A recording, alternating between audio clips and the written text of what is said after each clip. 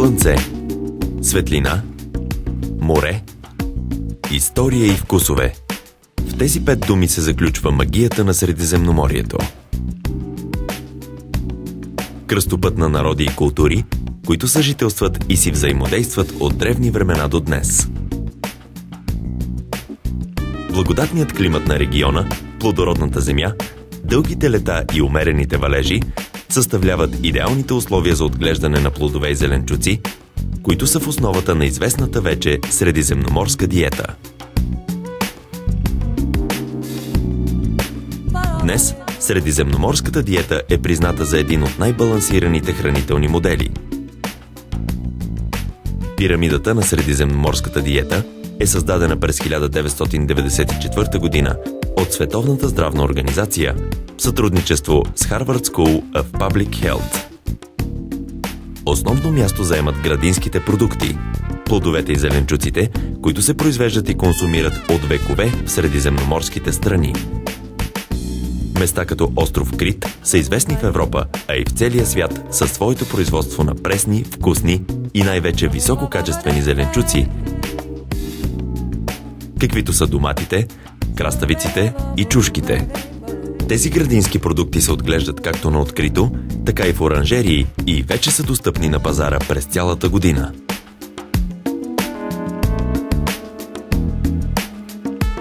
Доматът, ароматен и червен, има висока хранителна стойност, тъй като е богат на витамини, фолиева киселина, метали, минерали и ликопен. Може да бъде включен в ежедневния порцион пресен, във вид на салати, под формата на сосове към макароните или ориза, а също така изготвен като, например, пълнени домати или доматени крокети. Краставицата, разхлаждаща и полезна, съдържа витамин В и С, желязо, магнезий и други полезни минерали. Консумира се сама или в различни салати. Чушката има свеж цвят и сладък вкус. Богата е на витамин С, бета-каротин и други каротини. С малко калории, но с силно антиоксидантно действие, чушката е храна с висока хранителна стойност. Консумира се прясна в различни салати, печена като предястие или сготвена в различни ястия. Отглеждането на оранжерийни домати, краставици и чушки започва с подготовката на почвата. Разсадите се пресаждат в оранжерията от средата на август до края на ноември. Производственият процес се развива под ръководството на отлично подготвения научен персонал, като се следват неотлъчно принципите на добрата земеделска практика и интегрирано управление. Прилагат се екологични методи на производство, като използването на земна пчела за естественото опрашване и прилагането на полезни насекоми, винаги с грижа за производството на качествени и безопасни за здравето на потребителите продукти. Брането на краставицата започва около средата на септември, а на чушката и домата в средата на октомври. Продукцията се транспортира в пригодени за целта пластмасови щайги до складовете на съвременните опаковъчни цехове. Там попадат на конвейерната линия, за да бъдат опаковани, и след краткото им складиране в хладилни камери, само след няколко часа достигат пресни до търговските обекти.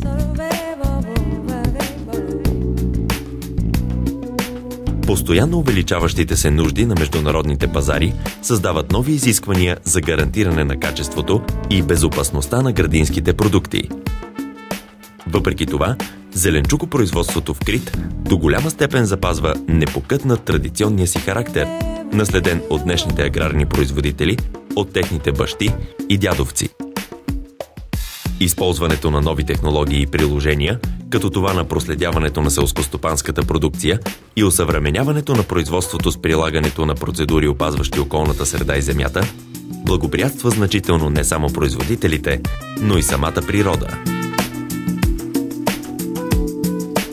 Европейските градински продукти се произвеждат в синхрон не само с европейското законодателство, което е най-строгото в света, но и притежават най-строгите сертификати от независими организации като Global Gap, ISO 22000, BRC и IFS от момента на производството до тяхната опаковка и дистрибуция, като по този начин постигат една цялостна система на качество, започваща от полето и достигаща до крайния потребител.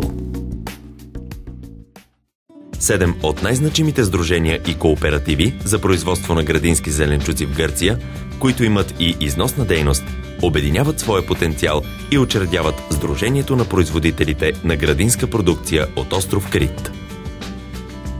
Основната продукция на сдружението са доматите, краставиците и чушките. Продукцията на сдружението е сертифицирана от Global Gap, Agro 2.1 и Agro 2.2, които насърчават прилагането на добри селскостопански практики при управлението на оранжериите. Също така, съвременните опаковъчни на членовете на сдружението притежават сертификати ISO 9001, ISO 22000, BRC и IFS, като по този начин гарантират изключителното качество и сигурността на градинските зеленчуци. Оборудвани с най-новата техника за сортиране и опаковане на домати, краставици и чушки, предлагат възможност за транспортиране на прясна продукция в специфични опаковки, запазващи качеството й като в момента на нейното откъсване.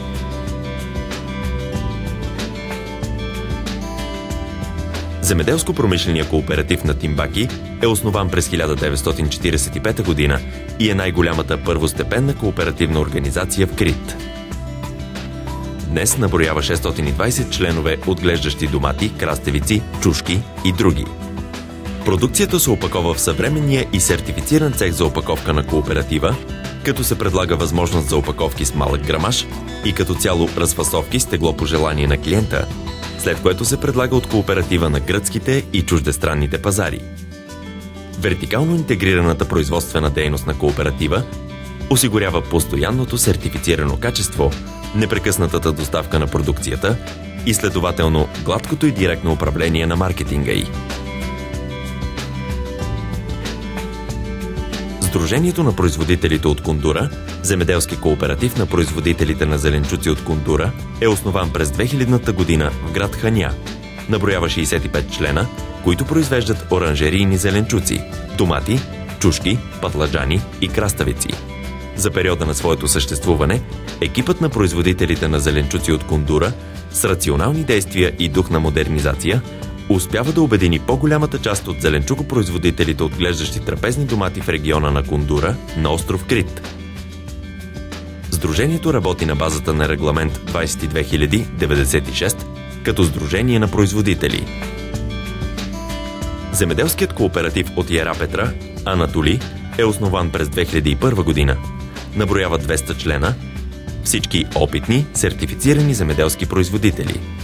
Предметите на дейност на кооператива включват отглеждането, организацията и наблюдението на продукцията, както и опаковането и търговията с висококачествени и пълноценни пресни зеленчуци.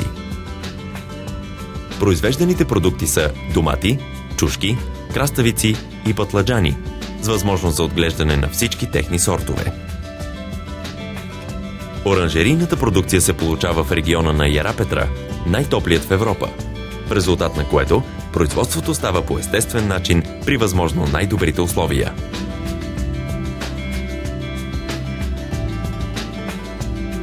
Земеделският кооператив Нотос е основан през месец август 2006 година от малка група производители с общи виждания и цели.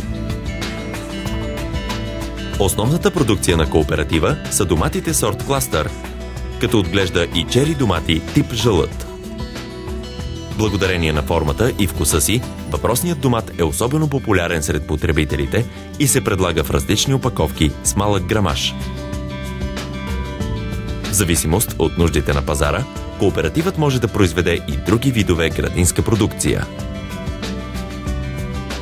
Земеделският кооператив на производителите на оранжерийни зеленчуци от Елафонисос, Хрисос Калитиса, е със седалище в Елафонисос, община Кисамос, Ханя.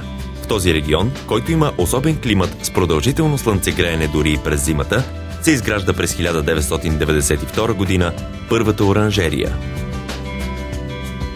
Кооперативът е основан през 2002 година с около 20 члена, а обработваемите площи са около 200 декара, като постоянно се увеличават и до днес от самите производители. Разполага с база с площ от 800 квадратни метра, оборудвана с техника от последно поколение.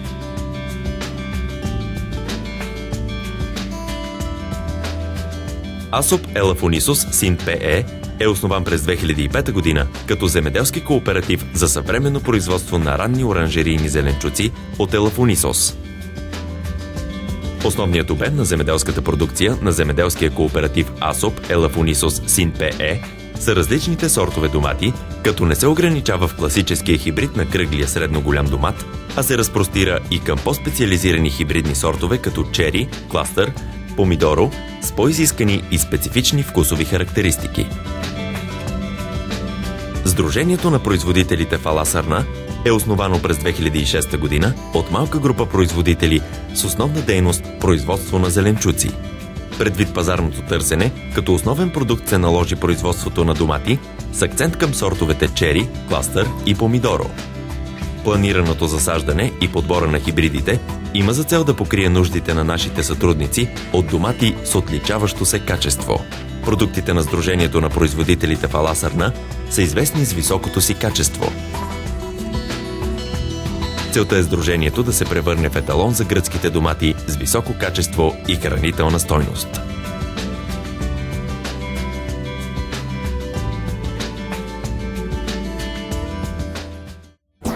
Търговската конкуренция на европейската зеленчукова продукция, отглеждана на остров Крит на международните пазари, се засилва от година на година, тъй като все повече подобни продукти от трети страни се предлагат на европейските пазари. Въпреки това, европейските зеленчуци в повечето случаи ги превъзхождат, както от гледна точка на качеството, така и по отношение на безопасността. По отношение на качеството, то е гарантирано благодарение на модернизацията на производството и прилагането на нови технологии. Разпространението на градинската продукция в рамките на европейските граници се осъществява свободно и бързо, а земеделските производители притежават дългогодишен опит и традиции в отглеждането на въпросните аграрни продукти. По отношение на безопасността, всички европейски зеленчукови градински култури се отглеждат съгласно международните стандарти и протоколи. В частност, в производствения етап се прилага протоколът Global Gap, докато в следващите стадии на складиране и опаковка се прилагат стандартите ISO 22000, но и на по-стриктните протоколи BRC и IFS. Стандартите, предвидени в тези протоколи, са много по-стриктни от съществуващото европейско законодателство и прилагането им се удостоверява от най-престижните в международен мащаб сертификационни организации. Поради това е очевидно, че европейските зеленчуци, произведени в Крит, притежават всички сертификати за качество, доказващи предимството им пред онези произведени в трети страни по отношение на стойността, качеството и безопасността.